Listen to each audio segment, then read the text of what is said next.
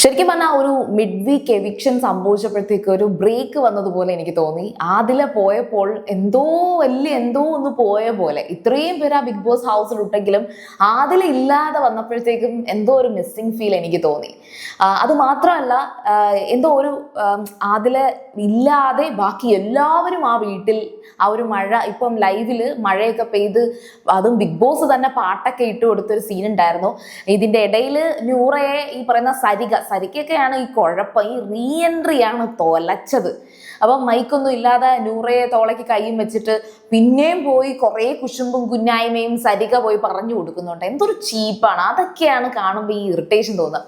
പക്ഷെ അതർവൈസ് ഈ ഒരു മഴയൊക്കെ പെയ്തപ്പോഴത്തേക്കും എല്ലാവരും മഴയത്തിറങ്ങി. ഈവൻ ലക്ഷ്മി ആണെങ്കിൽ മഴയൊന്നും നനയത്തില്ലെന്ന് പറഞ്ഞ് എന്താ പറയാ, കുറച്ച് ഞാൻ പറഞ്ഞില്ലേ ഈ CBSE പിള്ളേരൊക്കെ ഉണ്ടല്ലോ, കുറച്ച് സ്റ്റാൻഡേർഡ് ഒക്കെ കാണിച്ചു കിടക്കുന്നത്.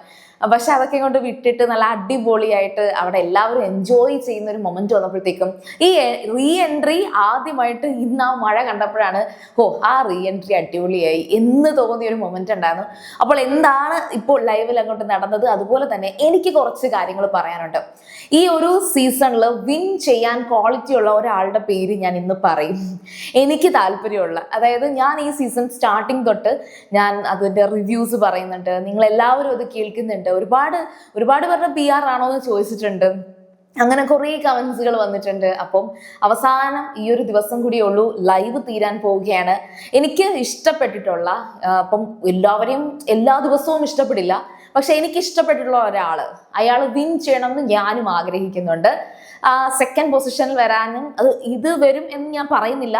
സെക്കൻഡ് പൊസിഷനിൽ ആരായിരിക്കും, തേർഡ് പൊസിഷൻ, അതായത് ടോപ്പ് 3 ഞാൻ പ്രെഡിക്റ്റ് ചെയ്യാൻ പോവുകയാണ്. അപ്പോൾ സീരിയൽ ഗ്രാൻഡ് ഫസ്റ്റ് ടൈം കാണുകയാണെങ്കിൽ ഉറപ്പായിട്ടും ചാനൽ ഒന്ന് സബ്സ്ക്രൈബ് ചെയ്തിട്ട് കാണുക. ശരിക്കും പറഞ്ഞാൽ പ്രീവിയസ് സീസണിൽ നിന്നൊക്കെ കുറച്ചുകൂടെ ഒരു പ്രോഗ്രസീവ് ആയിട്ടുള്ള ഒരു സീസണായിട്ട് ഞാൻ ഈ ഒരു സീസണിനെയാണ് കാണുന്നത്. കാരണം ലെസ്ബിയൻ കപ്പിൾസ് ഉള്ളത് കൊണ്ട് തന്നെ അവരുടെ ഒരു അതായത് ഈ ലെസ്ബിയൻ കപ്പിൾസ് ആയിട്ടുള്ള ആദില, നൂറ, ഇവരെ അങ്ങേയറ്റം മോശമാക്കുന്ന ഒരു സീസണായി മാറുമോ എന്നൊരു പേടിയുണ്ടായിരുന്നു. ബട്ട് ഓഫ് കോഴ്സ് അങ്ങനെയൊന്നും ആയില്ല. ആദിലയ്ക്കും നൂറയ്ക്കും നല്ലൊരു സ്വീകാര്യത ഈ ഒരു കേരളത്തില് അല്ലെങ്കിൽ ഈ ഒരു മലയാളികളുടെ ഇടയിൽ ഉണ്ടായി. അതിൽ ഞാൻ ഹാപ്പിയാണ്. രണ്ടാമത്തെ കാര്യം രേണുസുതി ആയിരുന്നു.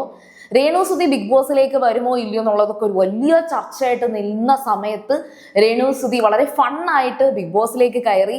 രേണു എന്ന് പറയുന്ന വ്യക്തിക്ക് ഉണ്ടായിരുന്ന അങ്ങേയറ്റം, ഞാൻ ആ ഒരു ബിഗ് ബോസ് സ്റ്റാർട്ട് ചെയ്യുന്ന സമയത്തൊക്കെ ഇൻസ്റ്റ എടുക്കുമ്പോൾ തന്നെ ഫുള്ള് രേണു. അപ്പൊ ആ ഒരു നെഗറ്റീവ്സ്, ആ അത്രയും ഒരു വ്യക്തിയെ മാത്രം ഫോക്കസ് ചെയ്തുകൊണ്ടിരുന്ന കുറേ കമന്റോളികൾക്ക് അതിന്നൊക്കെ മാറി രേണുവിനെ കുറിച്ച് പോസിറ്റീവായിട്ട് പറയാൻ തുടങ്ങിയ ഒരു സീസൺ അത് ഈ സീസണാണ്. അതുകൊണ്ട് തന്നെ രേണുവിന് ഒരു പ്രത്യേകതയുണ്ട് ഈ സീസണിൽ. പിന്നെ അത് കഴിഞ്ഞിട്ട് അനീഷിന്റെ ഒരു എൻട്രിയും അതുപോലെ അനുമോളെ ആദ്യം തന്നെ ഒരു കൊട്ടിയ പൊട്ടും, ഇതിലാണ് ഈ ഒരു സീസൺ തുടങ്ങുന്നത്. അതുകൊണ്ട് തന്നെ അനീഷും അനുമോളും ഒരു കോംബോയായി മാറാൻ സാധ്യതയുണ്ടെന്ന് പറഞ്ഞു തുടങ്ങിയിട്ടുണ്ടായിരുന്നു. അന്ന് തൊട്ട് ഒരുപാട് പേര് അനീഷിനെ, ആ ഫസ്റ്റ് ഡേ തന്നെ അനീഷിനെ ഭയങ്കര നെഗറ്റീവ് കമന്റ്സുകൾ കൊടുത്ത് ഇവൻ ആദ്യം പോത്തില്ല എന്നൊക്കെ പറഞ്ഞപ്പോഴും ആദ്യത്തെ അനീഷിന്റെ പോസിറ്റീവായിട്ട് ഞാൻ കൊടുത്തിരുന്നു. എനിക്ക് കമന്റ് ചെയ്യാൻ തോന്നിയത്, ഇപ്പോഴേ ജഡ്ജ് ചെയ്യരുത് എന്ന് എനിക്ക് പറയാൻ തോന്നിയ ഒരു വ്യക്തി അനീഷായിരുന്നു. അങ്ങനെ കുറെ, ഇപ്പൊ ബിഗ് ബോസ് എന്ന് പറയുന്നത് ഇപ്പം 7 ചാപ്റ്റേഴ്സ് ആയി എന്ന് വേണമെങ്കിൽ പറയാം. 7 സീസൺസിനകത്ത് ബിഗ് ബോസിന്റെ ഒരു കളിയുണ്ട്. അതായത് എന്താണ് ബിഗ് ബോസ് റിയാലിറ്റി ഷോ എന്ന് പറഞ്ഞാൽ അങ്ങോട്ടും ഇങ്ങോട്ടും കുത്തിത്തിരിപ്പുണ്ടാക്കി, വഴക്കുണ്ടാക്കി, ചെളിവാരി എറിഞ്ഞ് ഒരുപാട് പ്രശ്നങ്ങളുണ്ടായി, സൈബർ ബുള്ളിങ്ങിന് ഇട്ടുകൊടുക്കുന്ന ഒരു മലയാളം ബിഗ് ബോസ് എന്ന് പറയുമ്പോഴത്തേക്കും ഇത് എസ്പെഷ്യലി സ്ത്രീകൾക്ക് ഇതുണ്ട്. ഈ ഒരു ബിഗ് ബോസ് മലയാളത്തില് സ്ത്രീകൾ പോകുന്നത് എന്തോ വലിയ ബാധ്യത, എന്തോ പ്രശ്നം പോലെയാണ് എല്ലായ്പ്പോഴും. എല്ലാ സീസണിലും ഏതെങ്കിലുമൊക്കെ ഒരു സ്ത്രീ, അതിൽ തന്നെ എനിക്ക് ആര്യ ബഡായി, ഞാൻ ഇന്നും ഏറ്റവും കൂടുതലും ആര്യ ബഡായിയുടെ ഒരു സീസൺ, ആര്യയ്ക്ക് സംഭവിച്ചത് ഓർക്കുമ്പോൾ അയ്യോ അത്രയൊന്നും ഒരാളെ ഒന്നും ചെയ്യല്ലേ എന്ന് തോന്നിപ്പോകും. ഈ സീസണിൽ മസ്താനി എവിക്റ്റ് ആയതിനു ശേഷം മസ്താനിക്കുള്ള കമന്റ്സ് ഒക്കെ കണ്ടപ്പോഴും ഞാൻ ആലോചിച്ചു, ഇതങ്ങ് കട്ട നെഗറ്റീവ് ആയിക്കൊണ്ടിരിക്കുകയാണല്ലോ. മസ്താനിയെ ഈ പറയുന്നത് നിർത്തുന്നില്ലല്ലോ. പിന്നെ എത്ര എവിക്ഷൻ കഴിഞ്ഞു, പക്ഷെ മസ്താനിയെടുത്തുള്ള ഒരു ഫോക്കസ് തീരുന്നില്ലായിരുന്നു. പക്ഷെ ഈ ഒരു സീസണിൽ മൊത്തത്തിൽ നോക്കുവാണെങ്കിൽ ഈവൻ മസ്താനി പോലും ആ ഒരു റീ എൻട്രി വരുന്ന സമയത്ത്, അല്ലെങ്കിൽ മസ്താനി തന്നെ പറയുന്നുണ്ട്, മസ്താനിയെ കുറിച്ചുള്ള ട്രോളുകൾ, മസ്താനിയെ വെച്ചിട്ട് പേര് കൊടുത്ത് ചിക്കനും അതുപോലെ ഫുഡ് ഐറ്റംസ് ഒക്കെ സെലിബ്രേറ്റ് ചെയ്ത, മാർക്കറ്റ് ചെയ്ത ആൾക്കാരുണ്ടായിരുന്നു. എന്നിട്ട് പറയുന്നുണ്ടായിരുന്നു മസ്താനി കൊള്ളില്ലേലും ഈ ഒരു ഫുഡ്, ഈ ഒരു ഡിഷ്, മസ്താനി എന്ന് പറഞ്ഞ ആ ഒരു ഡിഷ് അടിപൊളിയാണ് എന്നൊക്കെ. അത് മസ്താനി തന്നെ ഈ ഒരു ബിഗ് ബോസ് ഹൗസിൽ വളരെ പോസിറ്റീവായിട്ട് അല്ലെങ്കിൽ ഒരു ഫണ്ണായിട്ട് ഈ റീ എൻട്രി സമയത്ത് പറയുന്നുണ്ട്. പിന്നെ മസ്താനി അക്ബറുമായിട്ടും അപ്പാനിയുമായിട്ടും ഒക്കെ കൂട്ടുകൂടി അപ്പാനിക്കും മസ്താനിക്കും ഇടയിലുള്ള ഒരു ഇഷ്യൂസ് ഒക്കെ സോൾവ് ചെയ്ത് അതെല്ലാം ഓക്കെ ആക്കി. എനിക്ക് ഫുള്ളി ഒരു പോസിറ്റീവ് വൈബ് തോന്നിയ ഒരു രീതി അതൊക്കെയായിരുന്നു. പിന്നെ അനുമോളുടെയും ആര്യൻ ജിസേൽ ഇവരുടെ 3 പേരുടെയും കാര്യത്തിലേക്ക് വരികയാണെങ്കിൽ ശരിക്കും പറഞ്ഞാൽ അനുമോൾ സ്റ്റാർട്ടിങ് തൊട്ട് ഈ പറയുന്ന ജിസേലിനെ ഫോക്കസ് ചെയ്തിട്ടുള്ള ഒരു ഗെയിം ആയിരുന്നു തുടങ്ങിയിരുന്നത്. അത് വളരെ ചീപ്പായിട്ടാണ് അനുമോൾ കൊണ്ടുപോയത്. അനുമോളുടെ ആ ഒരു ഗെയിം ഭയങ്കര ബോറായിരുന്നു, അതിന്റെ ആവശ്യമേ ഇല്ലായിരുന്നു. കാരണം അവരുടെ പേഴ്സണൽ ലൈഫ് ഉണ്ട് എന്ന് അനുമോളായിരുന്നു ആദ്യം അവിടെ ചിന്തിക്കണമായിരുന്നു. എന്നിട്ട് അനുമോൾ പറയുന്നത് ഞാൻ ചിന്തിച്ചത് പുറത്ത് ഇവനൊരു ലൈഫുണ്ട് ഇവൾക്കൊരു ലൈഫുണ്ട് എന്നിട്ട് എന്താക്കി എടുത്തു. അതിനുശേഷം പോലും അനുമോൾ ആ ഒരു കാര്യത്തിന് സോറി പറഞ്ഞിട്ടില്ല. അതിന് അനുമോളുടെ ഒരു ന്യായമുണ്ട്. അനുമോളുടെ ഒരു വ്യക്തിത്വം വിട്ടുകൊടുക്കില്ല. ആ ഒരു അതായത് അനുമോൾ എല്ലായ്പ്പോഴും പറയുന്നത് പോലെ സെൽഫായിട്ടൊരു കോൺഫിഡൻസ് ഉണ്ട്, ഞാൻ കണ്ടത് മാത്രമേ പറഞ്ഞിട്ടുള്ളൂ എന്ന് പറഞ്ഞ് ആ ഒരു ഒറ്റക്കാലിൽ നിൽക്കുന്ന ആ ഒരു ക്യാരക്ടർ. അതിനപ്പുറം ഈ പറഞ്ഞ ജിസേലിന്റെയും ആര്യന്റെയും കേസിൽ അനുമോൾ വിട്ടുകൊടുത്തിട്ടേയില്ല. അവിടെ എന്ത് കണ്ടാലും എന്ത് കണ്ടില്ലേലും അതൊരു ചീപ്പ് ഗെയിമായിട്ട് അനുമോൾ കൊണ്ടുപോയി തുടക്കം. അതുകൊണ്ട് തന്നെ അനുമോൾക്ക് ഒരുപാട് പോസിറ്റീവ്സും ഉണ്ടായി. എന്നാൽ ഈ പറയുന്ന നെഗറ്റീവ് കമന്റ്സിലേക്ക് അനുമോൾ എത്തുകയും ചെയ്തു. എന്നാൽ അതിനുശേഷം അപ്പൊ ഈ പറയുന്ന ഒരു പ്രോഗ്രസീവ് സീസൺ എന്ന് ഞാൻ തുടക്കമേ പറഞ്ഞു. പക്ഷെ അതിനകത്ത് ഇത്തരത്തിലുള്ള റിഗ്രസീവ് ആയിട്ടുള്ള സിറ്റുവേഷൻസ് അനുമോൾ കാരണം ക്രിയേറ്റഡ് ആയിട്ടുണ്ട്. ദെൻ ആ ഒരു ചാപ്റ്റർ കഴിഞ്ഞ് പിന്നെ കുറേ ദിവസങ്ങളൊക്കെ കഴിഞ്ഞ് വന്നപ്പോഴത്തേക്കും അനുമോളും ജിസേലും തമ്മിലുള്ള ഒരു ഫ്രണ്ട്ഷിപ്പ് ഒക്കെ അവിടെ തുടങ്ങി. അവർ തമ്മിൽ നല്ലൊരു കോംബോ ക്രിയേറ്റഡ് ആയി. ഈ പറയുന്ന നെഗറ്റീവ്സ് ഒക്കെ എല്ലാവരിലും മാറി മാറി മാറി വന്നു. പിന്നെ ഈ പറഞ്ഞ അനുമോള് കട്ടപ്പ എന്ന് വിളിച്ച് ശൈത്യ അല്ലെങ്കിൽ ഈ പറയുന്ന ബിൻസിയുടെ സ്റ്റോറി ഇതെല്ലാം ആ എവിക്ഷൻ കഴിയുന്നതോടുകൂടി നമ്മളൊക്കെ മറന്നുപോയി. പക്ഷെ പുറത്ത് ഇതൊക്കെ വലിയ പ്രശ്നങ്ങളായിരുന്നു. അത് പേഴ്സണലി എടുക്കാൻ ഇപ്പം അതിനകത്ത് ശൈത്യയുടെ ഭാഗത്ത് തെറ്റുണ്ട്, അനുമോളുടെ ഭാഗത്ത് കട്ടപ്പ അല്ലെങ്കിൽ ശൈത്യയുടെ വിഷയത്തിൽ അനുമോളുടെ ഭാഗത്ത് തെറ്റ് ഞാൻ പറയില്ല. കാരണം തുടക്കം തൊട്ടേ ഈ പറഞ്ഞ ജിസേലിനെ വരെ അനുമോളും ശൈത്യയും എല്ലാം ചേർന്നിട്ടാണ് ഓരോ കമന്റ്സ് ഒക്കെ പറഞ്ഞിരുന്നത്. ദെൻ അതിൽ നിന്നും ഫ്ലോ ചെയ്ത് ഒരുപാട് കോണ്ടന്റുകളിലേക്ക് പോയി. പക്ഷേ അനീഷിലേക്ക് വരുമ്പോഴത്തേക്കും അനീഷ് സ്റ്റാർട്ടിങ് തൊട്ടേ എല്ലാവരെയും ഗെയിം എന്നുള്ള രീതിയിൽ പ്രൊവോക്ക് ചെയ്യുന്നുണ്ടായിരുന്നു. പിന്നെ അതിനുശേഷം ലാലേട്ടൻ ഒരു വാർണിംഗ് കൊടുത്തപ്പോഴത്തേക്ക് അനീഷ് കംപ്ലീറ്റ്ലി അങ്ങ് സൈലന്റ് ആയി പോയി. അപ്പോഴത്തേക്കും കരുതി ഓക്കെ ഒരു 2 ആഴ്ച കഴിയുമ്പോഴത്തേക്ക് എവിക്റ്റ് ആകുമെന്ന്. പക്ഷെ വീണ്ടും തിരിച്ച് അതിശക്തമായിട്ട് അനീഷ് തിരിച്ച് കയറി വന്നു. എല്ലാവരുടെയും ഇഷ്ടം പിടിച്ചുപറ്റി. ഒരു സൈലന്റ് ആയിട്ട് അതിന് മറ്റുള്ളവർ ചിലപ്പോൾ സേഫ് ഗെയിമർ എന്ന് പേരിടുമായിരിക്കാം. പക്ഷെ ഒരിക്കലും ഒരു സേഫ് ഗെയിമർ ആയിരുന്നില്ല അനീഷ്. ഓരോ ടാസ്കുകളിലായിക്കോട്ടെ അല്ലെങ്കിൽ ഇറിറ്റേറ്റ് ചെയ്ത് ഓരോരുത്തരുടെ കൂടെ പോകുന്നതായിക്കോട്ടെ, അത് മാത്രമല്ല ഒരു റിജിഡ് ആയിട്ടുള്ള ഒരു ക്യാരക്ടർ ഉണ്ട്. ഇതെന്റെ സീറ്റാണ്, ഞാൻ ഇത് ഇവിടെ ഇരിക്കത്തോള്. അതുപോലെ 2 ആഴ്ച തുടർച്ചയായിട്ട് അനീഷും ആദിലയ്ക്കും ഇടയിൽ നടന്ന വലിയ പ്രശ്നങ്ങൾ നമ്മൾ കണ്ടു. അങ്ങനെ കുറെ അപ്സ് ആൻഡ് ഡൗൺസിലൂടെ പോയി ഈ ബിഗ് ബോസ് ഹൗസിലെ ഇത്രയും മത്സരാർത്ഥികളും അങ്ങോട്ടും ഇങ്ങോട്ടും കൊണ്ടും കൊടുത്തും ഒക്കെ തന്നെ എത്തി. ദെൻ ഫൈനലി എല്ലാവരും എന്ന് പറഞ്ഞാൽ ഈ പറയുന്ന 7 പേരിലേക്ക് എത്തി. 7 പേരിൽ 8 പേരാക്കുമ്പോഴത്തേക്ക് സാബുമാനും ഉണ്ടായിരുന്നു. സാബുമാനും ആ ഒരു സ്പേസ് ഡിസേർവ് ചെയ്തു, അർഹിച്ചു. വേറൊന്നും കൊണ്ടല്ല, അങ്ങനെ ഒരാളെയും ഈ പറയുന്ന ഈ ഒരു മിക്സിലേക്ക് വന്നു. ടോപ്പ് 8 എടുക്കുകയാണെങ്കിൽ സാബുമാനെ പോലെ ചിരിച്ചുകൊണ്ട് എല്ലാവരെയും പ്ലീസ് ചെയ്തുകൊണ്ട് വലിയ പ്രശ്നങ്ങളൊന്നും ഇടപെടാതെ അങ്ങനെ നിന്നൊരാൾക്ക് പോലും അങ്ങനെ ഒരു സ്പേസ് കിട്ടി എന്ന് പറയും. എങ്കിലും ആ ഒരു ടോപ്പ് 8 വരുമ്പോഴത്തേക്കും എനിക്ക് ആര്യനെ മിസ് ചെയ്തിരുന്നു, ആര്യൻ കൂടി വേണമായിരുന്നു എന്ന് തോന്നിപ്പോയ നിമിഷങ്ങളുണ്ടായിരുന്നു. അതിൽ നിന്ന് സാബുമാൻ പോയി, പിന്നെ അങ്ങോട്ട് അവർ 7 പേരായി. ഇപ്പൊ ആദില പോയി. ഓഫ് കോഴ്സ് എന്തായാലും പോയേ പറ്റൂ. ഒരാളോ 2 പേരോ പോയി ടോപ്പ് 5 എത്തുകയും വേണം. പക്ഷെ റീ എൻട്രി വന്ന സമയത്ത് ബിഗ് ബോസ് സീസൺ 7 ഇതുവരെ കണ്ടിട്ടില്ലാത്ത അല്ലെങ്കിൽ ബിഗ് ബോസിന്റെ ചരിത്രത്തിൽ ഇതൊരു വലിയ റീ എൻട്രി ആയിരുന്നു. റീ എൻട്രിക്ക് ശേഷം വലിയ പ്രശ്നങ്ങളും വലിയ കോണ്ടന്റുകളും ഉണ്ടായ ഒരു സീസൺ, അതും ബിഗ് ബോസ് സീസൺ 7 ആണ്. എന്താണ് ഇവിടെ പിഴച്ചത്, എന്താണ് ഇവിടെ നന്നായത് എന്ന് ചോദിച്ചു കഴിഞ്ഞാൽ അനുമോളെ സംബന്ധിച്ചിടത്തോളം അനുമോൾക്ക് സൈബർ ബുള്ളിങ് എന്ന് പറയുന്നത് ഫസ്റ്റ് ടൈം ഒരു സംഭവമോ ഒന്നുമല്ല. അനുമോൾ ഒരു സെലിബ്രിറ്റിയാണ്. അനുമോൾ എവിടെ പോയാലും ആൾക്കാർ മൈക്ക് കൊണ്ടുപോയി അനുമോളുടെ അടുത്ത് ഓരോ കാര്യങ്ങൾ ചോദിക്കും. അനുമോൾ എന്ന് പറഞ്ഞ് സെർച്ച് ചെയ്യുന്ന സമയത്ത് വരാൻ നിങ്ങൾക്ക് ശരിക്കും വീഡിയോ ക്ലിപ്സ് കാണും. സോ ഈ ഒരു ഫെയിമിലും അതിന്റെ നെഗറ്റീവ്സും അതിന്റെ പോസിറ്റീവ്സും ഒരുപോലെ അറിഞ്ഞ പക്വതയുള്ള ഒരു വ്യക്തി തന്നെയാണ് അനുമോള്. അല്ലാതെ അനുമോളുടെ ക്യൂട്ട്നെസ് ആയിക്കോട്ടെ കരച്ചിലായിക്കോട്ടെ ഇത് അനുമോളുടെ വീക്ക്നെസ് ആയിട്ട് കൺസിഡർ ചെയ്യേ വേണ്ട. എന്നാൽ നമുക്ക് അനുമോളുടെ ഓപ്പോസിറ്റ് സൈഡിലേക്ക് വരാം. അവിടെ ശൈത്യയും ബിൻസിയും ഉണ്ട്. അതിൽ ശൈത്യയിലേക്ക് വരികയാണെങ്കിൽ ശൈത്യയുടെ ഫസ്റ്റ് റിയാലിറ്റി ഷോ ഒന്നും അല്ല, പക്ഷെ ഇതിനു മുമ്പ് ശൈത്യ പാർട്ടിസിപ്പേറ്റ് ചെയ്ത ഒരു റിയാലിറ്റി ഷോയിൽ അങ്ങേയറ്റം നെഗറ്റീവായിട്ട് അങ്ങേയറ്റം സൈബർ ബുള്ളിയും കിട്ടി. ഈവൻ നെഗറ്റീവായിട്ടുള്ള ഒരു ഓഡിയൻസിന്റെ സർക്കിളിൽ നിന്നിട്ടാണ് ശൈത്യ ഈ പറയുന്ന ബിഗ് ബോസിലേക്ക് വരുന്നത്. എനിക്ക് തോന്നുന്നു ശൈത്യയുടെയൊക്കെ പേരൻസ് ചിന്തിക്കേണ്ട ഒരു കാര്യം എന്ന് വെച്ചാൽ, ശൈത്യ മറ്റൊരു റിയാലിറ്റി ഷോയിൽ അങ്ങേയറ്റം നെഗറ്റീവായി ആള് മെന്റലി ഓക്കെ അല്ലാതെയാണ് ബിഗ് ബോസിലേക്ക് വന്നത്. അത് പേരൻസ് കൂടി ശ്രദ്ധിക്കണം. നിങ്ങളൊക്കെ ഈ ഒരു കൊച്ചു കൊച്ചു കുട്ടികളെയൊക്കെ ഈ പാട്ടിന്റെയൊക്കെ റിയാലിറ്റി ഷോയിലൊക്കെ പങ്കെടുപ്പിക്കും. അവിടെ ആ ഒരു കുട്ടിക്ക് നെഗറ്റീവ്സോ അല്ലെങ്കിൽ റിജക്ഷൻസോ തോൽവിയോ ഒക്കെ ഉണ്ടാകുമ്പോഴത്തേക്കും പബ്ലിക്കിലാണ്, ഒരു ക്ലാസ് മുറിയിലുള്ള തോൽവിയോ മാർക്ക് കുറവോ അല്ല. ഇതൊരു റിയാലിറ്റി ഷോയിലാവുമ്പോഴത്തേക്കും അവിടെ നിങ്ങൾ ഈ കൊച്ചു കുട്ടികളൊക്കെ തോൽക്കുമ്പോൾ ഉണ്ടാകുന്ന വിഷമമില്ലേ, അതേ കൊച്ചുകുട്ടികളുടെ അതേ മനസ്സ് തന്നെയായിരിക്കാം ആദ്യമായിട്ടൊരു വലിയ റിയാലിറ്റി ഷോയിലൊക്കെ പങ്കെടുത്തിട്ട് അവിടെ 5ാം സ്ഥാനത്ത്. അത് ശൈത്യയുടെ ആ ഒരു കേസ് എന്ന് പറയുന്നത്, അവരുടെ ഫാമിലി എന്തോ കാശ് കൊടുത്തൊക്കെയാണ് ആ റിയാലിറ്റി ഷോയിൽ പിടിച്ചു നിന്നേന്നും 5ാം സ്ഥാനത്ത് എത്തിയപ്പോഴത്തേക്ക് 1ാം സ്ഥാനം കിട്ടാത്തതിന്റെ പേരിൽ എത്രയോ ലക്ഷം രൂപ ചിലവാക്കിയിട്ട് പ്രൈസ് മണി ആയിട്ട് അതിന്റെ എങ്ങാണ്ട് പകുതിയെ കിട്ടിയോളൂ, അങ്ങനെ എന്തൊക്കെയോ ഒരു ഗോസിപ്പാണ്. അതിന്റെയൊക്കെ റിയൽ സ്റ്റോറീസ് ഒക്കെ ഒരുപാട് ഇപ്പൊ ഈ പറഞ്ഞ കണക്ക് നവ്യ നായർ അല്ലല്ലോ, മറ്റേ സ്വാസിക അല്ലെ, അവരുടെ എങ്ങാണ്ടായിരുന്നു ആ പരിപാടി. അപ്പം ഇത്തരത്തിൽ ഒരു വലിയ ഒരു നെഗറ്റീവ് ആയിട്ടുള്ള ഒരുപാട് കമന്റ്സും എല്ലാം ബുള്ളിങ്ങും എല്ലാം കിട്ടിയതിന് ശേഷം ഈ പറയുന്ന ശൈത്യ വന്ന് ബിഗ് ബോസിലേക്ക് വന്നപ്പോഴത്തേക്കും ആ ശൈത്യയുടെ ഒരു ഗ്രേസ് എന്ന് പറയുന്ന ഒരു സംഭവം ബിഗ് ബോസിൽ ഇല്ലായിരുന്നു. ഈ ഒരു കാര്യം ഞാൻ ആ ബിഗ് ബോസ് സ്റ്റാർട്ട് ചെയ്യുന്ന സമയത്ത് ഞാൻ പറഞ്ഞു, ശൈത്യ ശരിക്കും പറഞ്ഞാൽ ഒട്ടും മെന്റലി ഓക്കെ അല്ല, വളരെ ഡൗൺ ആയിട്ടാണ് ഈ ബിഗ് ബോസിൽ ശൈത്യയുടെ ജേർണി തുടങ്ങിയത്.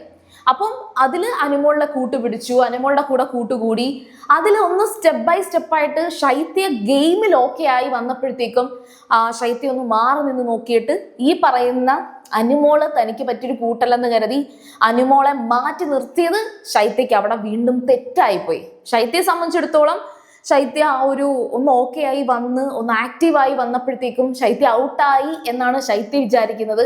ശൈത്യ പുറത്തിറങ്ങിയപ്പോഴത്തേക്കും ഞാൻ അനുമോളുടെ കുറ്റങ്ങളൊക്കെ ചൂണ്ടിക്കാണിച്ചതല്ലേ, ഞാൻ ആക്റ്റീവ് ആയിരുന്നില്ല ശൈത്യ ആദ്യത്തെ ആ ഒരു മാസത്തോളം എങ്ങനെയൊക്കെയോ പിടിച്ചു നിൽക്കുകയായിരുന്നു. അതാണ് പറഞ്ഞത്, അവരുടെ മെന്റലി അവർ ഓക്കെ അല്ലാത്തൊരു അവസ്ഥയിലാണ് ഈ ഒരു ജേർണി തുടങ്ങിയതെന്ന് എനിക്ക് പലപ്പോഴും ഫീൽ ചെയ്തിട്ടുണ്ട്.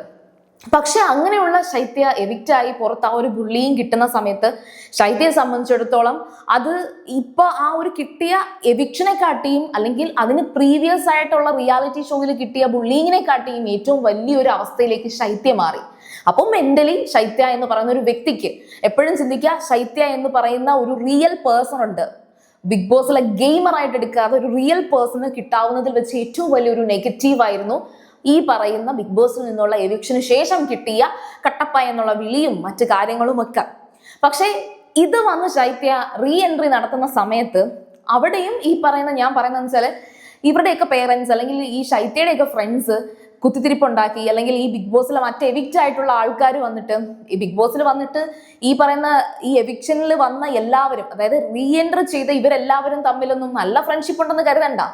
അക്ബറും അപ്പാനിയും തമ്മിൽ നല്ല ചങ്കുമാണ്, അത് വിശ്വസിക്കാവുന്ന ഫ്രണ്ട്ഷിപ്പ്. ഒനിയിലും അഭിയും തമ്മിൽ നല്ലൊരു സൗഹൃദമുണ്ട്, അവിടെയും നമുക്ക് വിശ്വസിക്കാം. ബാക്കി ഈ പറയുന്ന സരിക, ബിന്നി, ശൈത്യ ഇവരുടെയൊക്കെ ഇടയിൽ, ബിൻസി ഇവരുടെയൊക്കെ ഇടയിൽ ആ ഒരു ഫ്രണ്ട്ഷിപ്പ് അല്ല, അവരെല്ലാവരും ഒരേ തോണിയിൽ സഞ്ചരിക്കുന്നു എന്ന് കരുതി കൂട്ടുകൂടിയത് തന്നെയാണെന്ന് എനിക്ക് പറയാനുള്ളൂ. അപ്പോൾ ശൈത്യയെ കുത്തിത്തിരിപ്പുണ്ടാക്കി അല്ലെങ്കിൽ ശൈത്യക്ക് വീണ്ടും കുറച്ചുകൂടെ വിഷം കുത്തിവെച്ചിട്ട് വീണ്ടും തിരിച്ച് കയറ്റി വിടുമ്പോൾ ശൈത്യ കേൾക്കുന്നത് എന്തെന്ന് മനസ്സിലാക്കാൻ കൂടി അനുമോൾ തുനിയണമെന്നില്ല. അത് അനുമോളുടെ ഭാഗത്ത് തെറ്റായിട്ട് കൺസിഡർ ചെയ്യാൻ കഴിയില്ല. കാരണം അനുമോള് ചോദിച്ചൊരു ചോദ്യമുണ്ട്, കട്ടപ്പാന്ന് വിളിച്ച് അങ്ങനെ കമന്റ് ഇട്ടാ നീ എന്തിനാണ് അവിടെ വിഷമിക്കുന്നത്? സൈബർ ബുള്ളിങ് എന്ന് പറയാൻ നീ അതൊക്കെ പ്രതീക്ഷിച്ചിട്ടല്ലേ പോയത്? അതിനപ്പുറം വലിയ കാര്യങ്ങളും ശൈത്യ അനുഭവിച്ചിട്ടുണ്ട്, പിന്നെയാണോ ഇത് എന്നൊക്കെ ഒരുപാട് തവണ അനുമോള് ചോദിച്ചത്. അങ്ങനെയൊക്കെ ചോദിച്ചിട്ട് ഈ പറയുന്ന ഇപ്പോൾ ഒരു നല്ല സുഹൃത്താണെങ്കിൽ അല്ലെങ്കിൽ നല്ലൊരു വ്യക്തിയാണെങ്കിൽ അനുമോള് ശൈത്യയെ സപ്പോർട്ട് ചെയ്തേനെയായിരുന്നു, അല്ലെങ്കിൽ ഒന്ന് ക്ഷമിച്ചു കൊടുത്തേനെയായിരുന്നു എന്നൊക്കെ. അനുമോളെ സംബന്ധിച്ചിടത്തോളം പുറത്ത് എന്ത് നടക്കുന്നു എന്നുള്ളത് അറിയില്ല. അനുമോള് സ്റ്റിൽ അവിടുത്തെ ഒരു മത്സരാർത്ഥിയാണ്. അതും ഈ അക്ബറിനെയൊക്കെ വെട്ടി തനിക്ക് ജയിക്കണം എന്ന് അനുമോള് ന്യായമായ രീതിയിൽ ആഗ്രഹിക്കുന്നുണ്ട്. അത് അനുമോളുടെ തെറ്റല്ല. അപ്പം ഈ പറയുന്ന അനുമോൾക്ക് ശൈത്യയോട് ക്ഷമിക്കേണ്ട കാര്യം അവിടെ ഇല്ല. പക്ഷെ ശൈത്യയുടെ ഭാഗത്ത് നിന്ന് നോക്കുമ്പോൾ ശൈത്യക്ക് ഭയങ്കരമായിട്ടുള്ള വിഷമങ്ങളുണ്ട്. അതിന് കാരണം ഞാൻ ഈ പറയുന്ന കണക്ക് ശൈത്യയെ ഇത്രയും വിഷം കയറ്റി വിട്ട് ബാക്കി എല്ലാവരും കയറ്റി വിട്ടതും ഈ പറയുന്ന ഓഡിയൻസ് ഒക്കെ ഇത്രയും ബുള്ളിങ് ചെയ്തതിന്റെ ഒക്കെ പ്രഷറാണ്. ശൈത്യക്ക് അത് എക്സ്പീരിയൻസ് ചെയ്യുന്നത് ന്യൂ എന്ന് പറയുന്നില്ല, എങ്കിലും പ്രീവിയസ്ലി അത് തന്നെ കിട്ടി, ഇവിടെയും അത് തന്നെ കിട്ടി എന്നൊരവസ്ഥയാണ്. പക്ഷെ അനുമോൾ എന്ന് പറയുന്നത് ഓൾറെഡി സെലിബ്രിറ്റിയാണ്. അതുകൊണ്ട് തന്നെ അവർക്ക് ഈ പറയുന്ന നെഗറ്റീവ്സും പോസിറ്റീവ്സും ഒക്കെ ഹാൻഡിൽ ചെയ്ത് നല്ല എക്സ്പീരിയൻസ് ഉണ്ട്. 11 വർഷത്തിൽ എങ്ങനെ പോയാലും ഒരു 5 വർഷമെങ്കിലും അവർ ഈ പറയുന്ന ഒരു അങ്ങേയറ്റം വലിയൊരു ഓഡിയൻസിനെ ഫേസ് ചെയ്ത് സക്സസ് ആയ ഒരു വ്യക്തിയാണ്. അതുകൊണ്ട് അനുമോളെയും ശൈത്യയെയും കമ്പയർ ചെയ്ത് നമുക്ക് പറയുകയാണെങ്കിൽ അനുമോൾ അവിടെ സ്ട്രോങ് ആണ്, ശൈത്യ അവിടെ വീക്കാണ്. ഇനി ശൈത്യയുടെ കേസ് അവിടെ നിർത്തിയിട്ട് ബിൻസിയുടെ കാര്യം എടുക്കുകയാണെങ്കിൽ ബിൻസിക്ക് ലൈഫിൽ ചിലപ്പോൾ ഫസ്റ്റ് ടൈം ആയിരിക്കാം ഇത്രയും നെഗറ്റീവ്. അപ്പോൾ ഈ പറയുന്ന അനുമോള് അവിടെ പറഞ്ഞൊരു മറുപടി എന്താണെന്നറിയോ? ലക്ഷ്മി എടുത്ത് അനുമോള് പറഞ്ഞൊരു മറുപടിയാണ്, ഇവർക്കൊക്കെ ഇത്രയും നെഗറ്റീവ്സ് കിട്ടുന്നു, അല്ലെങ്കിൽ നെഗറ്റീവ് കമന്റ്സ് കിട്ടുന്നു, സൈബർ ബുള്ളിങ് കിട്ടുന്നു, ഇതിലൂടെ അവര് റീച്ച് ആവുകയാണ് എന്ന് അനുമോള് പറയുന്നുണ്ട്. ലൈവിൽ ഇവർ സംസാരിക്കുമ്പോൾ ലക്ഷ്മി എടുത്ത് പറയുന്ന ഒരു ഡയലോഗാണ്. പക്ഷേ പുറത്ത് ബിൻസയും ശൈത്യയും ഒക്കെ അനുഭവിക്കുന്ന ഈ ബുള്ളിങ് എന്തെന്നുള്ളത് ജെനുവിൻലി അനുമോൾക്ക് അറിയില്ല. പക്ഷേ നെഗറ്റീവ് കമന്റ്സ് കിട്ടുന്നതും ഒരു തരത്തിൽ പറഞ്ഞാൽ നമ്മൾ പ്രൊമോട്ട് ചെയ്യാണ്, പ്രൊമോഷൻ കിട്ടുകയാണ് എന്ന് ചിന്തിക്കാനുള്ള ഒരു വിവരവും അതിലെ എക്സ്പീരിയൻസ് അതിലൂടെ കടന്നുപോയൊരു വ്യക്തിയുമാണ് അനുമോള്. അതുകൊണ്ട് അനുമോൾക്ക് അത് അങ്ങനെ പറയാം ഈസി ആയിട്ട്. പക്ഷെ അത് ബിൻസിക്കും ശൈത്യക്കും അങ്ങനെ കൺസിഡർ ചെയ്യാൻ കഴിയില്ല. അപ്പൊ അതൊക്കെ കൊണ്ട് തന്നെ ഇവരുടെ ഇടയിലുള്ള കോംപ്രമൈസ് എന്ന് പറയുന്നത് എന്തായാലും ഇവിടെ തീർക്കാൻ കഴിയില്ല. സോ ഞാൻ പറഞ്ഞത് ഈ സീസണിൽ ഇത്തരത്തിലുള്ള ഒരു വലിയൊരു സ്റ്റോറി ഈ ഒരു അവസാനം ആയപ്പോഴത്തേക്കും നമുക്ക് കണ്ടു. അതൊക്കെയാണ് അവിടെ നടന്നത്. പക്ഷേ ഇവർ തിരിച്ചു വന്ന സമയത്ത് ഇപ്പൊ നമുക്കുള്ള ഇനിയുള്ള ഈ പറയുന്ന 6 പേരെ നമുക്ക് നോക്കാം. അനീഷ്, അനുമോള്, ഷാനവാസ്, അക്ബർ, നെവിൻ, നൂറ. ഈ 6 പേരില് എല്ലാവരും വന്ന് ടാർഗറ്റ് ചെയ്തത് ഈ പറയുന്ന അനുമോളെയാണ്. സെക്കൻഡ് സ്ഥാനത്ത് നിൽക്കുന്നത് ശരിക്കും പറഞ്ഞാൽ ഷാനവാസ് ആണ്. അത് ഈ ബിൻസിയുടെ പേര് പറയുന്നത് കൊണ്ടും അക്ബറിനും അപ്പാനിക്കും ഒക്കെ ഷാനവാസിനോട് തുടക്കം തൊട്ടേ ഒരു പേഴ്സണൽ ഗ്രഡ്ജ് ഉണ്ടായത് കൊണ്ടുമാണ്. പക്ഷേ ഇത്തരത്തിലൊന്നും തന്നെ പറയാനില്ലാത്ത ഒരു വ്യക്തി. ഇപ്പൊ നൂറയെ സംബന്ധിച്ചിടത്തോളം ശാരികയ്ക്ക് പ്രശ്നം ഉണ്ടായിരുന്നു. പിന്നെ നെവിനെ സംബന്ധിച്ചിടത്തോളം പ്രശ്നങ്ങൾ ഉണ്ടായിരുന്നു. പക്ഷെ അവരെല്ലാവരും ഇപ്പൊ ബിൻസിക്കൊക്കെ അന്ന് നല്ല ഫൈറ്റ് ചെയ്തിട്ടുണ്ട്. പക്ഷെ അതെല്ലാം പുറത്തിറങ്ങിയതിന് ശേഷം നെവിനെ കണ്ട് മനസ്സിലാക്കി അറിഞ്ഞപ്പോഴത്തേക്ക് ബിൻസിക്ക് അത് മാറി. പിന്നെ ബാക്കി വന്ന ഈ പറയുന്ന അക്ബറിനാണെങ്കിലും അക്ബറിന്റെ കൂടെ നിന്ന എല്ലാവരുമാണ് ഓരോ ആഴ്ചയിലും എവിക്റ്റ് ആയി പോയത്. അതുകൊണ്ട് തന്നെ അക്ബറിന്റെ ഫ്രണ്ട്സ് ആണ് തിരിച്ചു വന്നത്. പക്ഷേ നമ്മുടെ അനീഷിനെ കുറിച്ച് പറയുകയാണെങ്കിൽ അനീഷിന് സത്യം പറഞ്ഞാൽ ഇവിടുന്ന് പോയ എല്ലാവരുമായിട്ട് അടി ഉണ്ടാക്കിയിട്ടുണ്ട്. ഈവൻ മുൻഷിയെടുത്ത് വരെ ഉറങ്ങിക്കിടക്കുന്നു എന്ന് പറഞ്ഞിട്ട് അനീഷിൽ ക്യാപ്റ്റൻ ആയ സമയത്ത് മുൻഷിയെ വരെ അനീഷ് ഇവിടെ കുറ്റം പറഞ്ഞിട്ടുണ്ട്, കുത്തിയിട്ടുണ്ട്. പക്ഷെ ഇവർക്ക് ആർക്കും തന്നെ അതായത് തിരിച്ചു വന്നപ്പോൾ മുൻഷിയാണ് ശരിക്കും പറഞ്ഞാൽ അനീഷിനെ കുത്താൻ ശ്രമിച്ചത്. അനുമോളുടെ ആ ഒരു പേരും പറഞ്ഞിട്ട് ഇത്തിരി ഹെയ്റ്റ് ഉണ്ടാക്കാൻ നോക്കിയത്. അതിന് കാരണം അനീഷിനറിയാം ഏറ്റവും നല്ല സ്ട്രോങ് ഗെയിമറും ഇത്തരത്തിലൊരു ഗെയിം കളിച്ചാൽ കൊള്ളാം എന്ന് മനസ്സിലാക്കാൻ മുൻഷിക്ക് സാധിച്ചതുകൊണ്ടാണ്. ശരിക്കും ഒരു ക്രെഡിറ്റ് ആയിരുന്നു അനീഷിനെ മുൻഷി കുത്തിയത്, ഒരു ക്രെഡിറ്റ് ആയിട്ടാണ് കുത്തിയത്. എന്നാൽ ബാക്കി ആരും തന്നെ അനീഷിനെ കുറിച്ച് ഒരു നെഗറ്റീവ് പറയില്ല. അത് മാത്രമല്ല മുൻഷി വന്ന സമയത്തുള്ള ആ കുത്തലൊക്കെ ഇപ്പൊ പോയി, ആരെടുത്തും ഇപ്പൊ കുത്താൻ മുൻഷിക്ക് വയ്യ. കാരണം വെച്ചാൽ പുള്ളിക്കാരന്റെ ക്യാരക്ടറേ അതല്ല. പുള്ളിക്കാരന്റെ ക്യാരക്ടർ എന്ന് പറയുന്നത് കുറച്ച് ലോജിക്കലായിട്ട് എന്തെങ്കിലും കാര്യങ്ങൾ ഇങ്ങനെ സംസാരിച്ചുകൊണ്ടിരിക്കുക എന്നുള്ളത് മാത്രമാണ്. മുൻഷി കുറച്ച് പക്വതയുള്ള ആളാണ്. പക്ഷെ പക്വത ഇല്ലാതെ അഭിനയിച്ച് കാണിക്കാൻ വേണ്ടിയിട്ട് ബിഗ് ബോസിലേക്ക് വന്ന ആളായിട്ടാണ് എനിക്ക് തോന്നിയിട്ടുള്ളത്. അങ്ങനെ നോക്കുമ്പോൾ ഈ സീസണിൽ ഒരുവിധം സ്റ്റാർട്ടിങ് തൊട്ട് എൻഡ് വരെ ഒരാളുടെയും പേഴ്സണൽ ലൈഫിലേക്ക് ഇടിച്ച് കയറാതെ നല്ലൊരു സൗഹൃദം ഉണ്ടാക്കി ആ സൗഹൃദത്തിൽ തന്നെ സ്ട്രോങ് ആയിട്ട് ഇപ്പോഴും നിൽക്കുന്നേ. പിന്നെ അവസാനം വന്നപ്പോൾ ഈ അനുമോളെ പ്രപ്പോസ് ചെയ്തത് ഒരു പാളിച്ചയായിട്ട് തന്നെ പറയാം. അവിടെ അത് വേണ്ടായിരുന്നു, അതും കൂടി ഇല്ലായിരുന്നുവെങ്കിൽ 100 മാർക്ക് കൊടുക്കാമായിരുന്നു. പക്ഷെ എങ്കിലും ആ ചാപ്റ്റർ ക്ലോസ് ചെയ്തു എന്ന് പറഞ്ഞതിന് ശേഷം ആ ചാപ്റ്റർ പൂർണ്ണമായിട്ടും ക്ലോസ്ഡ് ആണ് എന്ന് നമുക്ക് പോലും പ്രൂവ്ഡ് ആയിട്ട് തന്ന, പിന്നെ അതുപോലെ കുറെ അധികം വഴക്കുണ്ടാക്കിയിട്ടുള്ള ഈ പറയുന്ന അങ്ങേയറ്റം അനീഷിനോട് ക്രൂവലായിട്ട് ബിഹേവ് ചെയ്തിട്ടുള്ള ആദിലയോട് പോലും ക്ഷമിച്ച് അതൊക്കെ നമ്മൾ മറന്നു കളയണം, കുറെ കാര്യങ്ങൾ മറന്നു കളയണം എന്ന് പറഞ്ഞ് എല്ലാവരെയും മോട്ടിവേറ്റ് ചെയ്തിട്ട് എല്ലാവരോടും സിമ്പത്തറ്റിക്കലായിട്ടുള്ള അനീഷ് വിന്നർ ആകണം എന്നാണ് എൻ്റെ ആഗ്രഹം. ഇത് എൻ്റെ ആഗ്രഹമാണ്, എൻ്റെ പ്രഡിക്ഷൻ അല്ല. നമ്മൾക്ക് ഓരോരുത്തരുടെ ആഗ്രഹം തോന്നൂലേ. ഇനി സെക്കൻഡ് ആരായിട്ട് വരണം എന്ന് ചോദിക്കുകയാണെങ്കിൽ, ഈ ഒരു സീസണിൽ ഒരു പ്രത്യേകതരം ക്യാരക്ടർ ഞാൻ കണ്ടിട്ടുള്ളത് നെവിനാണ്. അതായത് സൈക്കോളജിക്കലി അത് പുള്ളിക്കാരൻ എന്ന് പറയുമ്പോഴത്തേക്കും ഒരു മൾട്ടി പേഴ്സണാലിറ്റിയാണ്. കുറേ സ്വഭാവങ്ങൾ മാറി മറിയും. അതിൽ നല്ലതുണ്ട്, അങ്ങേയറ്റം ക്രൂവലായിട്ടുള്ളതുണ്ട്, കണ്ണിങ് ആയിട്ടുള്ളതുണ്ട്, പിന്നെ കുറച്ച് ഫണ്ണും കാര്യങ്ങളും എല്ലാം ചേർന്നതുണ്ട്. പക്ഷെ ഇതിനെ ഒരു ഒതുക്കത്തോടെ അങ്ങോട്ടും ഇങ്ങോട്ടും കൊണ്ടുപോയി അങ്ങേയറ്റം ഷാനവാസിന്റെ അടുത്തേക്കൊരു എന്താ പറയാ, അത്രയും വലിയൊരു അറ്റാക്കിലേക്ക് പോയിട്ടുണ്ട്. അനുമോളെ നന്നായിട്ട് ക്രൂവലായിട്ട് ട്രീറ്റ് ചെയ്തിട്ടുണ്ട്. എന്നിട്ടും അവസാനം വന്നപ്പോഴത്തേക്കും ബിഗ് ബോസ് ഹൗസിലുള്ള എല്ലാവർക്കും നല്ലവനും അതുപോലെ തന്നെ ഓഡിയൻസിന്റെ ഇടയിൽ നല്ലൊരു എന്റർടൈനർ ആയിട്ടും നിലനിൽക്കാൻ പറ്റിയത് കൊണ്ട് നെവിന് കുറെ കൂടിയൊക്കെ ആ ഒരു ബിഗ് ബോസ് എന്ന് പറയുന്ന ഒരു റിയാലിറ്റി ഷോയിൽ മത്സരിച്ച് ജയിക്കാനുള്ള ഒരു എബിലിറ്റി ഉള്ളതുപോലെയും കുറേ കോണ്ടന്റുകൾ വന്നിട്ടുണ്ട് എന്നുള്ളൊരു തോന്നലും പുള്ളിക്കാരനും അതേപോലെ തന്നെ ഇതേ ക്വാളിറ്റി ഞാൻ അനുമോൾക്ക് കാണുന്നുണ്ട്. കാരണം എന്ന് വെച്ചാൽ ബിഗ് ബോസ് സീസൺ 7 എന്ന് പറയുമ്പോൾ സ്റ്റാർട്ടിങ് തൊട്ട് ഗുഡ് ആയിക്കോട്ടെ ബാഡ് ആയിക്കോട്ടെ ഈ ഒരു സീസണിന്റെ പേര് ഇങ്ങനെ പലയിടത്തും, അത് അനുമോള് തന്നെ പറയുന്നുണ്ടായിരുന്നു, ഞാൻ ഈ ചാനലിന്റെ ഈ ഒരു പ്രോഗ്രാമിന് റേറ്റിംഗ് ഉണ്ടാക്കി കൊടുക്കുകയാണെന്ന്.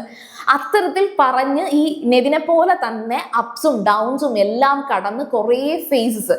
എന്നാൽ നെവിന്റെ അത്ര ഫേസസ് ഒന്നും അനുമോൾക്കില്ല. അനുമോൾക്ക് ഒരു ഇന്നസെന്റ് ആയിട്ടുള്ള ജെനുവിൻ ആയിട്ടുള്ള അനുമോളുടെ തന്നെ സ്വഭാവം, കളിയും ചിരിയും കരച്ചിലും എല്ലാമുള്ള കുറച്ചധികം സദാചാരമുള്ള, അതായത് പ്രേക്ഷകർ കാണുന്നതാ ഇങ്ങനൊന്നും ചെയ്യരുത് എന്ന് പറഞ്ഞിട്ട് അങ്ങേയറ്റം വിശ്വസിക്കാൻ പറ്റുന്ന ഒരു ക്യാരക്ടർ കൂടിയാണ് അനുമോള്. വിശ്വസിക്കുക എന്ന് പറയുമ്പോൾ ഇൻ ദ സെൻസ് അനുമോള് ഒരാളെയും ചതിച്ചൊന്നും പറയത്തില്ല.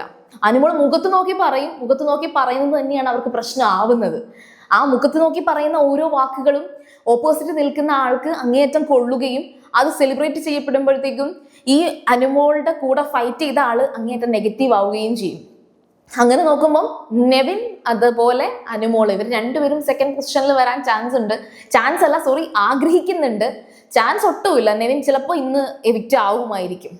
പിന്നെ അതുപോലെ ന്യൂറ എന്ന് പറയുന്നത് വളരെ എന്താ പറയാ, ഒരു പൂമ്പാറ്റ എന്നൊക്കെ പറഞ്ഞിട്ട് ഈ പറയുന്ന ആദിലയുടെ ഷാഡോ ആണോ എന്ന് തോന്നിപ്പിച്ച്, എന്നാൽ ആദിലേക്കാൾ പക്വതയും കണ്ണിങ്ങുമായിട്ടുള്ള ഒരു വ്യക്തിയാണെന്ന് പിന്നീട് പ്രൂവ് ചെയ്ത് സ്വഭാവത്തിൽ പല കാര്യങ്ങളും സെൽഫായിട്ട് കൺട്രോൾ ചെയ്യാൻ കഴിവുള്ള, എന്നാൽ നല്ല ഒരു സ്പോർട്സ്മാൻ സ്പിരിറ്റിനോട് ടാസ്ക് കളിച്ച് ജയിച്ച് വരാൻ കഴിവുള്ള, ഞാൻ പറഞ്ഞല്ലോ കണ്ണിങ് ആണ്. അത് ഈ പറയുന്ന ലാസ്റ്റത്തെ ടാസ്ക് ഒന്നും വെച്ചിട്ട് പറയല്ല, അതായത് ടിക്കറ്റ് ടു ഫിനാലെ ടാസ്ക് ഒന്നും അല്ല, അതിനു മുന്നേ തന്നെ മറ്റുള്ള ക്യാപ്പിന്റെ ഒക്കെ ഒരുപാട് മത്സരങ്ങൾ ഉണ്ടായിരുന്നല്ലോ.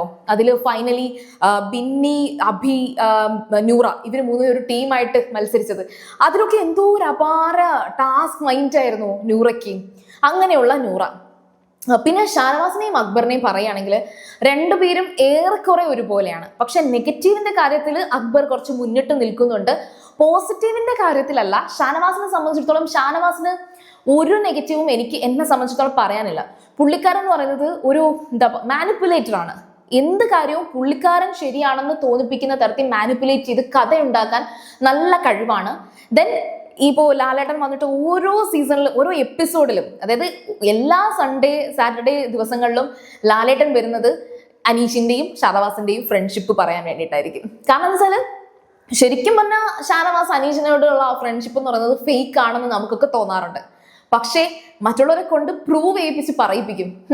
എല്ലാ തവണയും ആവർത്തിച്ച് പറയും, ഞാനാണ് അനീഷിനെ അങ്ങനെ ചെയ്തത്, അനീഷ് ഇങ്ങനെ ആയതിന് കാരണം, അതായത് അനീഷാണ് വിന്നർ ക്വാളിറ്റി ഉള്ള ഒരാള് എന്ന് കണ്ടുപിടിച്ചിട്ട് അനീഷിന്റെ കൂടെ കൂട്ടുകൂടി ഫൈറ്റ് ചെയ്ത് അനീഷിന്റെ മുഖം മൂടി വലിച്ചഴച്ച് എന്നൊക്കെ പറഞ്ഞ് അനീഷിന്റെ പേരും പറഞ്ഞ് ജയിച്ച് നിൽക്കുന്ന ഷാനവാസ്.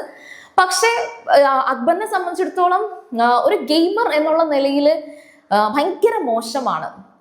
പക്ഷെ എവിടെയൊക്കെയോ ഒരു വ്യക്തി എന്നുള്ള നിലയിൽ എവിടെയൊക്കെയോ നല്ലതാണ് അക്ബർ. കാരണം എന്ന് വെച്ചാൽ ഒരു സിറ്റുവേഷൻ വരുമ്പോൾ അക്ബർ ആ കാര്യത്തിൽ എടുക്കുന്ന നിലപാടുകൾ, ഇപ്പം ജിസേൽ ആര്യൻ വിഷയത്തിലൊക്കെ അക്ബർ എടുത്ത നിലപാടുകൾ കണ്ടപ്പോൾ ഞാൻ ഭയങ്കര ഇംപ്രസ്ഡ് ആയിരുന്നു. പക്ഷെ അതേ അക്ബർ മറ്റു ചില കാര്യങ്ങൾ വരുമ്പോഴത്തേക്കും താന്തോന്നിയാണ്. അങ്ങനെ ഒരു വാക്കായിരിക്കും അക്ബറിന് നല്ലത്. താന്തോന്നിയായിട്ടുള്ള ഒരു ക്യാരക്ടർ ഉണ്ട്. അപ്പോൾ ഇങ്ങനെയൊക്കെ നോക്കുമ്പോഴത്തേക്കും നമുക്ക്, ഞാൻ പറഞ്ഞല്ലോ 3 പ്രഡിക്ഷൻസ് ആണ്. അതിൽ ഞാൻ ആഗ്രഹിക്കുന്ന 3 പേരെന്ന് പറയുന്നത് അനീഷ്, അനുമോള് നെവിനാണ്. പിന്നെ നൂറയ്ക്കും കിട്ടട്ടെ, അതുപോലെ തന്നെ നൂറയും ഈ പറഞ്ഞ ടോപ്പ് 5 എന്തായാലും വരട്ടെ.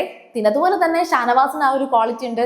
അക്ബറിനെ ഞാൻ അത്രയും പറയുന്നില്ല, കാരണം എന്താ വെച്ചാൽ അക്ബർ അത്ര വലിയ ഗെയിമർ അല്ലായിരുന്നു. അവസാനം വന്ന ടാസ്കുകളിലൊക്കെ മുന്നിട്ട് നിന്നു, ഒറ്റയ്ക്കായപ്പോൾ നന്നായിട്ട് കളിച്ചു, അങ്ങനെയൊക്കെ എനിക്ക് തോന്നുന്നു. ഒറ്റയ്ക്ക് അപ്പാനി പോയതിനു ശേഷമാണ് അക്ബറിന്റെ ഗ്രാഫ് ഒന്നുകൂടെ ഉയർന്നൊക്കെ തുടങ്ങിയത്, നല്ലൊരു നല്ലൊരു പ്ലെയർ ആയി മാറിയത്. അപ്പൊ എനിവേ എൻ്റെ ഒരു ഒപ്പീനിയൻ ഇതൊക്കെയാണ്. ഈ ഒരു സീസൺ അവസാനിക്കുകയാണ്. ഈ ഒരു സീസൺ സ്റ്റാർട്ട് ചെയ്യുന്നതോടുകൂടിയായിരുന്നു ശരിക്കും പറഞ്ഞാൽ സീരിയൽ ഗ്രാൻഡ്മ എന്ന് പറയുന്ന ഒരു ചാനലിലൂടെ നിങ്ങളുടെ അടുത്തേക്ക് ഞാനും വന്നത്. ഒരുപാട് റിവ്യൂവേഴ്സ് ഉണ്ട്. ഞാനും കഴിഞ്ഞ സീസണിലൊക്കെ റിവ്യൂസ് ഒക്കെ കണ്ടിട്ട് ഞാൻ ഓൾറെഡി ഒരു മെട്രോ സ്റ്റാർ എന്ന് പറയുന്നൊരു ചാനലിൽ വർക്ക് ചെയ്തിട്ടുണ്ടായിരുന്നു. അപ്പോൾ അവിടെ എനിക്ക് ഒരുപാട് ഓഡിയൻസ് ഒക്കെ ഉണ്ടായിരുന്നു. അതിനുശേഷം ഞാനൊരു കോർപ്പറേറ്റ് ലൈഫിലേക്കൊക്കെ പോയി വീണ്ടും തിരിച്ച് ഈ ഒരു പ്ലാറ്റ്ഫോമിലേക്ക് ഇൻഡിപെൻഡന്റ് ആയിട്ട് വരാൻ സാധിച്ചു എന്നുള്ളൊരു സന്തോഷത്തോടെയാണ് ഞാനും ഈ ഒരു ഫിനാലയിലേക്ക് കാത്തിരിക്കുന്നത്. സോ അപ് ടു ഡേറ്റ് ആയിട്ടുള്ള എൻ്റെ ഓരോ റിവ്യൂസും ഒക്കെ ഇനിയും പ്രതീക്ഷിക്കാം. നിങ്ങളും കൂടെ ഉണ്ടാകണം. ഒരിക്കലും ഞാൻ അവസാനമായിട്ട് ഒന്നുകൂടെ പറയാണ്, ഒരിക്കലും ഒരാളിൽ മാത്രം നമ്മൾ ആ ഒരു ഞാൻ ഇയാളുടെ ഫാനാണ് അല്ലെങ്കിൽ ഞാൻ ഇയാളെ മാത്രമേ സ്നേഹിക്കുന്നു ബാക്കി എല്ലാവരെയും നശിപ്പിക്കണം എന്ന് ആരും പറയത്തില്ല. അതായത് ഇപ്പം ഞാൻ ഇവിടെ ഈ ഒരു സീസണിൽ ഉള്ള ഇമ്പാക്ട് വെച്ചിട്ട് പറയാണ്, അനുമോളുടെ വീട്ടുകാരോ ഈവൻ അനുമോൾ അകത്തിരിക്കുന്നത് ഒന്നും പുറത്തെ കാര്യങ്ങൾ അറിയുന്നില്ല. പക്ഷെ അനുമോളുടെ വീട്ടുകാരോ അനുമോളോ ഒരിക്കലും പറയില്ല തൻ്റെ പേരും പറഞ്ഞ് തന്നെ സപ്പോർട്ട് ചെയ്യാൻ വേണ്ടിയിട്ട് മറ്റുള്ളവരെ ഉപദ്രവിക്കാൻ.